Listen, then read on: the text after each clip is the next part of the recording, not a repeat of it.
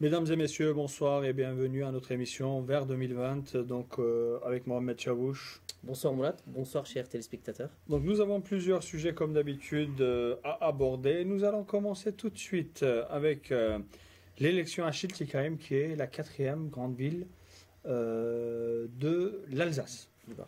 Du Bas-Rhin, pardon. De l'Alsace aussi, oui, de l'Alsace. De Alors, l'Alsace. je te remercie Moulad par rapport à cette introduction. Effectivement, nous venons de vivre le premier tour des élections municipales de Schiltigheim, donc commune du Bas-Rhin, qui fait aussi partie de l'Eurométropole, la communauté urbaine de Strasbourg, l'Eurométropole. Une commune importante pour l'agglomération strasbourgeoise, vu la densité de population qui y vit. Et c'était aussi, comment dire, une élection qui avait son importance dans le sens où nous avons quand même été témoins de quelques rebondissements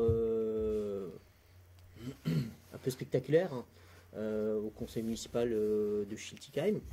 Donc suite à la démission de plusieurs élus, cette élection municipale anticipée a dû être réalisée. Donc, juste pour petite anecdote, c'est une ville qui avait massivement voté, je dirais même c'était la ville qui avait voté le plus pour M. Mélenchon lors de l'élection présidentielle. Donc actuellement, revirement de situation, c'est le candidat d'hiver droite qui sort en tête, donc M. Ball. Avec plus de 30%. Plus de 35% 35%, pardon, oui. du suffrage. Petite précision aussi, donc c'est une élection municipale qui sort un peu de son cadre. La participation globale est très faible. On est aussi aux alentours de 35% de participation pour le premier tour. Trois partis ou trois mouvements qui sont au... Quatre. Le soir du premier tour, donc quatre listes ont été ou peuvent rester au second tour. Donc l'ensemble des listes qui ont été qualifiées au premier tour ont jusqu'à demain pour annoncer ce qu'ils veulent faire. Donc est-ce qu'il y aura des alliances encore plus importantes ou pas?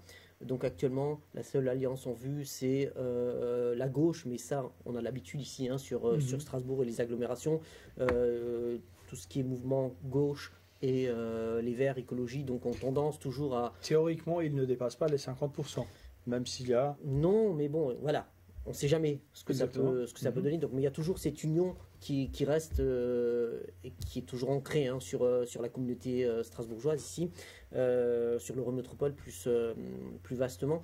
Donc cette alliance Parti Socialiste, les divers partis de gauche et les Verts, écologie les Verts. Donc je pense qu'on va repartir sur cette lancée-là. Par contre, est-ce qu'il y aura un rebondissement à droite de l'échiquier? Est-ce que M. Ball va pouvoir, comment dire, réunir autant de force des acteurs politiques autour de sa personne et dans sa liste? Donc on va voir ça jusqu'à demain, donc lors des dépôts des listes pour le second tour. Donc on aura une semaine assez mouvementée pour les Chilicois. À l'issue duquel donc ils vont choisir leur maire pour les 2 années qui restent jusqu'en 2020. Donc voilà, c'est une transition, d'autant plus que M. Ball a eu quelques déboires avec M. Kuttner.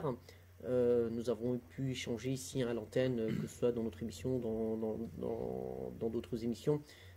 Sur France Média. Sur France Média par rapport aux différentes listes, différents prétendants, les divergences, donc je ne vais pas rentrer dans les détails. Moi, ce que je souhaite surtout, c'est que les Chilicois sortent gagnants de ce suffrage qui n'était pas prévu dans un contexte politique tel qu'il est actuellement. Il y a aussi un grand absent, donc c'est, je dirais même 2 grands absents. Le mouvement Macron n'y est pas représenté. Il y a pas mal de mouvements qui n'ont pas sorti de liste pour ces élections-là. Oui, donc c'est un peu logique dans le sens où c'est vraiment une élection intermédiaire. Il faut juste terminer le mandat, c'est pour une continuité.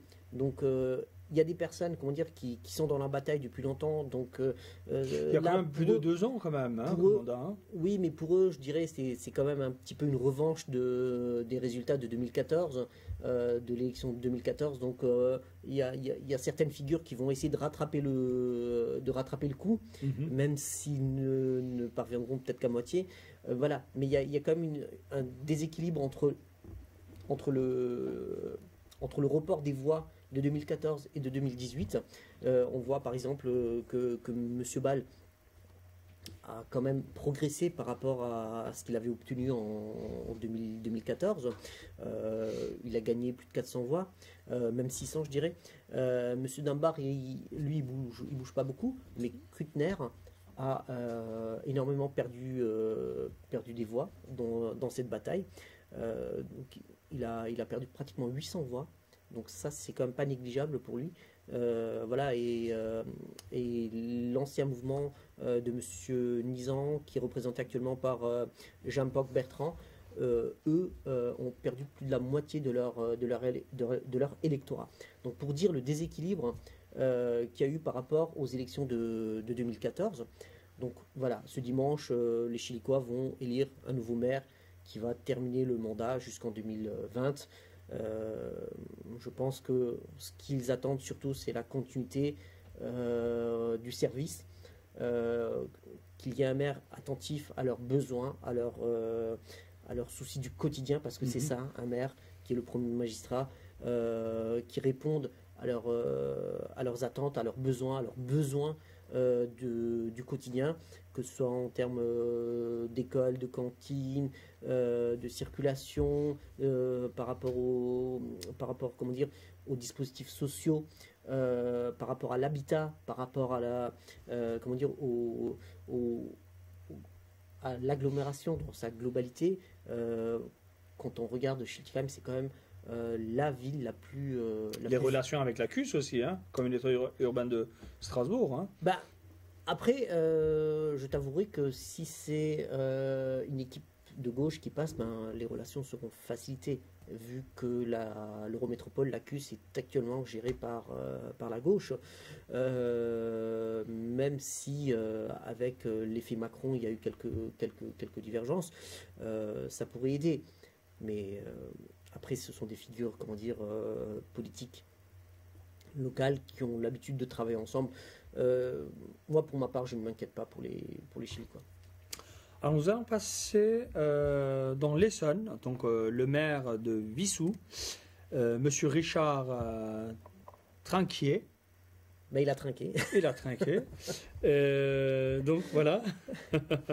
Nous avons donc un maire qui met son gilet pare-balles avec ses polices municipaux, Ouais. et puis qui va discuter avec les gens du voyage. Oui, alors c'est un peu gros quand même cette histoire. C'est un maire, donc le premier élu de la commune, qui était sous l'emprise de l'alcool, qui était armé apparemment. Oui, en plus de ça, voilà, oui. donc qui était lui-même armé, et il va menacer des gens du voyage avec son arme, et en plus il était accompagné de policiers.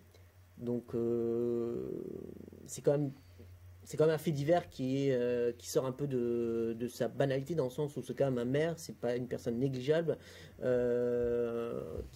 comment dire, qui réagit de la sorte. Mhm. Bien sûr, le geste, l'acte en lui-même est totalement condamnable, mais je condamne aussi tout autant les policiers municipaux Qui l'ont accompagné, qui l'ont accompagné, en sachant qu'il était qu'il était ivre. Hein, voilà. j'avais, hein. Donc je pense qu'ils auraient dû intervenir et faire en sorte que, comment dire, ce maire qui n'était pas vraiment dans son état n'agisse pas de la sorte envers ces personnes-là.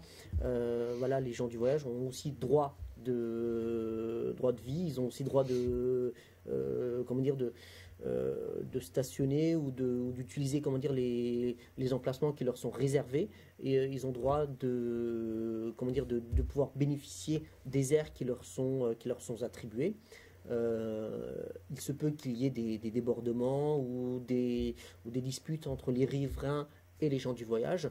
Le rôle du maire, ce n'est pas de menacer ces gens-là, ce n'est pas de brandir une arme à l'encontre Mais de trouver des solutions pour ces gens-là. Hein. et d'instaurer un dialogue entre ces gens du voyage et ses administrés. Mais visiblement, ce n'est pas de la sorte qu'il entendait faire. Et c'était plutôt, comment dire, sous la menace d'une arme.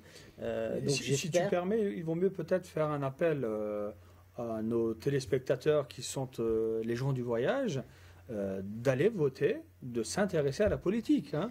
Mais bien sûr, non, mais ils s'intéressent. Et par contre, moi j'ai...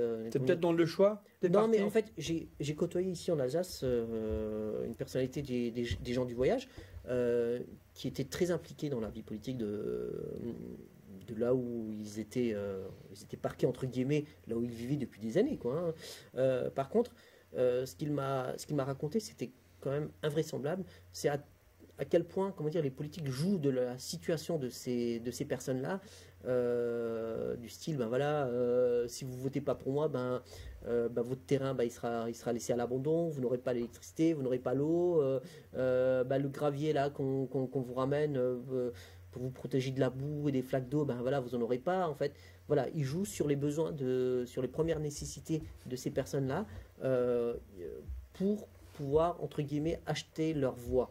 Donc ça, c'est une situation qui n'est pas acceptable. Bien sûr, je te rejoins là-dessus aussi. J'invite ces personnes à s'investir, à faire valoir leurs droits, à participer à la vie collective de là où ils sont. C'est pas parce que ce sont des gens du voyage qu'ils doivent se désintéresser à la vie politique, qu'elle soit locale ou nationale. Voilà, donc ce sont des citoyens à part entière qui vivent... Qui ont un autre mode de vie, certes, mais qui vivent sur ces terres-là. Et je pense qu'ils ont toute une contribution à apporter par rapport à l'expression de leur volonté politique. Et je pense que leur voix compte aussi. Exactement. Alors, nous allons passer au sondage qui a été publié par Le Point. Donc, faut-il accorder aux Kurdes un État autonome et indépendant? Alors là, on passe à l'international. Alors, c'est l'international et en même temps national, parce qu'en Oui. fait, M. Macron actuellement ne s'occupe pas trop des sujets des Français, mais l'actualité, c'est le PYD du nord, donc le groupe terroriste qui est au nord de la Syrie. Et donc là, la presse commence à continuer à soutenir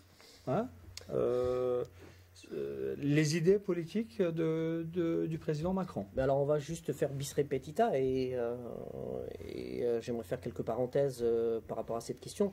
Donc tout d'abord par rapport à la question du Point, le magazine Le Point, donc faut-il accorder un État aux Kurdes, à la population kurde?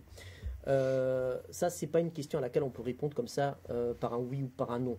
De par la complexité de la situation, non seulement des peuples vivant sur ce territoire, de par l'héritage des diverses civilisations qui ont régné, et notamment pour la dernière, l'héritage ottoman, de par les conflits importés sur ces territoires-là. Nous n'avons pas besoin d'importer d'autres conflits sur le sol européen et en particulier en France. Surtout, sachant qu'au nord de la Syrie, actuellement, la partie qui est, sous l'ordre du PYD, qui sont une très grande majorité des milices kurdes, il n'y a que 26% de la population de cette partie du nord de la Syrie qui sont kurdes. Donc comment est-ce qu'on peut mettre un pays là-dedans alors mais c'est pour ça il y a 74% qui sont autres Kurdes, autres que des Kurdes. Hein. Bien sûr, donc là, voilà, ça fait mousser les sympathisants du PKK, du PYD, etc., qui défendent à corps et âme, comment dire, la lutte armée, je dis bien armée, qui est en train de se produire dans cette région-là. Mais la proposition du Point, comment dire, est quand même condamnable dans le sens où c'est comme si on demandait dans un pays. C'est comme si la Turquie disait, ben, je soutiens le mouvement l'Alsace libre, Bretagne Non, ou la voilà, Corse. non, voilà, ou, exactement. Donc voilà, ça n'a aucun intérêt, ça n'a aucun sûr. intérêt. Après voilà, ça fait vendre, ça fait cliquer, ça fait ça fait un peu de Mais c'est un peu de c'est pas quand remue même sur dangereux les comme réseaux sociaux. information, Mais même si ça fait cliquer. Mais tu sais, comment dire, ce type de sondage, on en aura tout le temps. C'est pas ça qui va faire, comment dire, c'est c'est pas ça qui va faire que les Kurdes vont avoir un État ou vont avoir plus de poids ou quoi que ce soit. Par contre, moi, ce que je désapprouve et ce qui est comme néfaste, c'est par rapport à la population, comment dire, l'Européen lambda, le Français lambda, qui n'a pas une connaissance aiguë de la situation géopolitique de la région, qui va se fier à ce type d'informations. C'est là où le danger pointe son nez, c'est là où, comment dire, le bas blesse, parce que ça donne des fausses informations, des fausses rumeurs. C'est comme si on mettait en avant une population kurde qui est, comment dire, qui est persécutée, alors que c'est pas ça. Alors que la réalité, elle est tout autre. C'est qu'il y a une guerre d'un État, même de plusieurs États, que ce soit la Turquie, que ce soit la Syrie, que ce soit l'Irak, que ce soit l'Iran. Tous ces pays-là combattent le PKK, tous ces pays-là combattent le PYD. Donc voilà, ce sont des armées d'État légitimes qui combattent des guérillas armées qui descendent des montagnes et qui vont tuer des civils, qui vont piéger des véhicules, qui vont bombarder des positions de l'armée de tel ou tel pays, mais beaucoup plus des positions de l'armée et de la police turque. Donc voilà, c'est ça qu'il faudra combattre.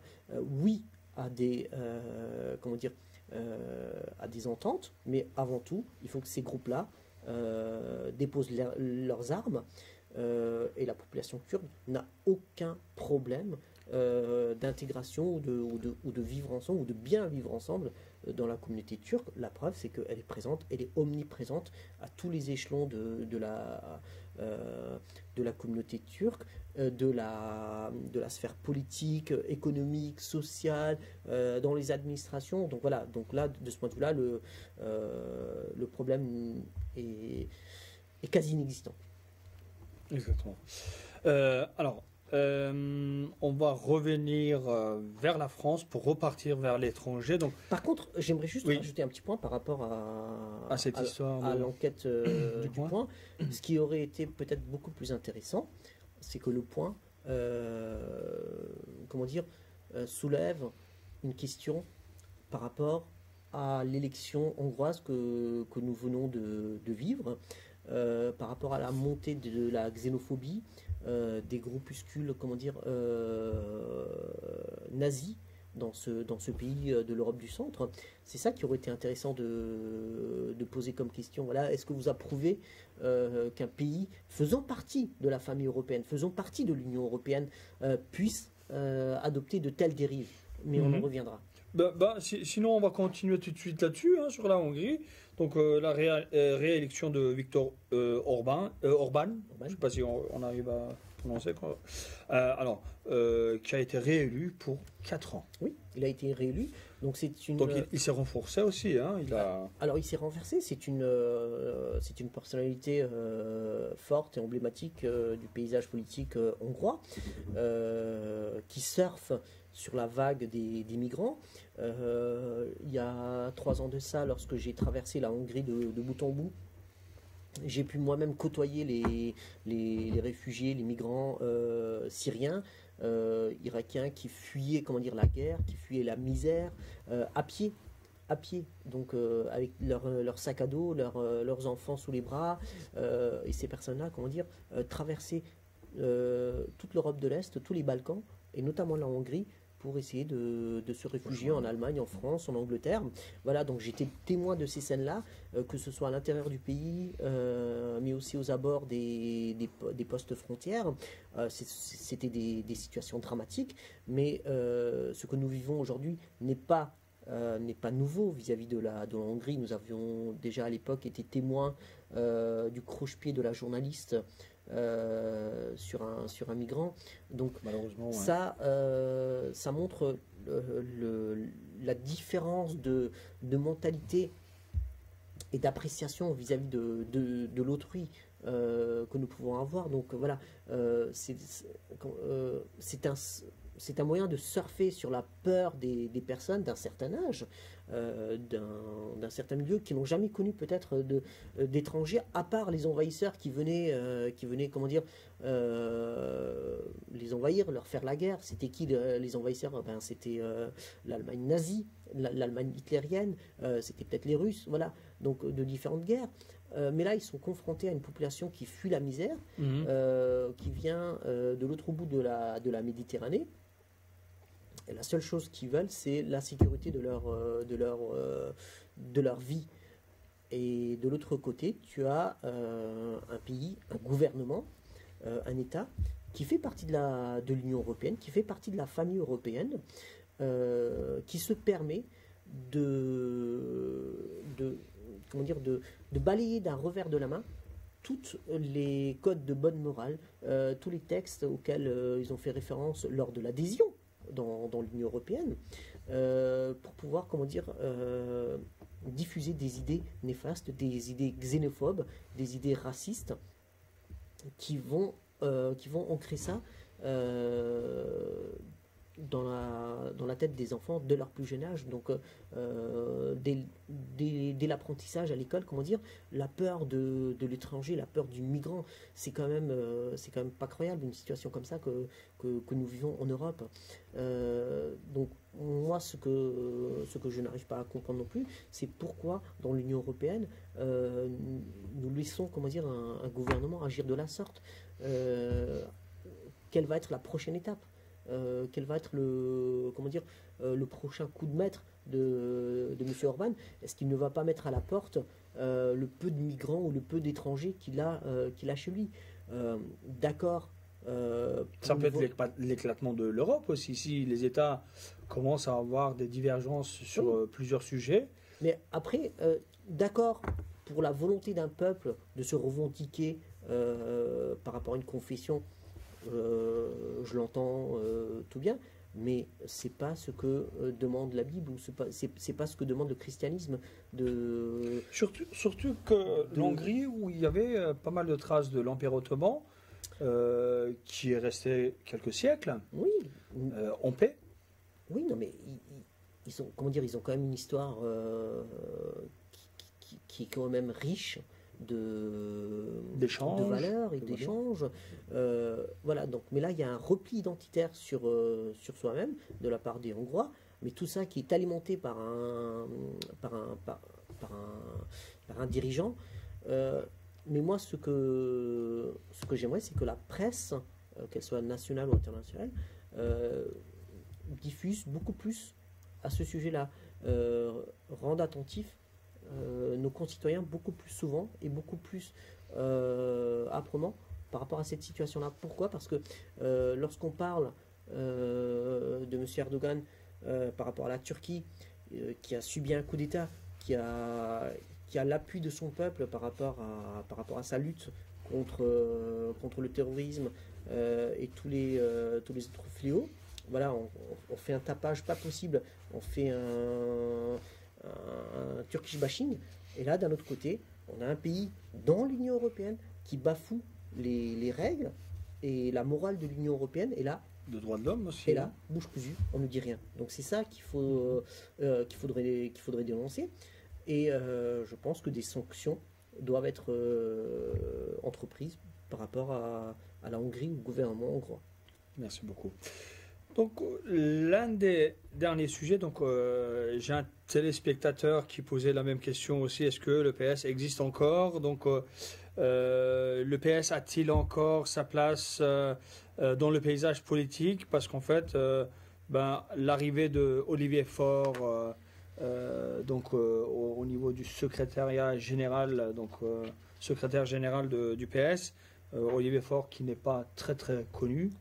Pour l'instant, pas trop, voilà, donc...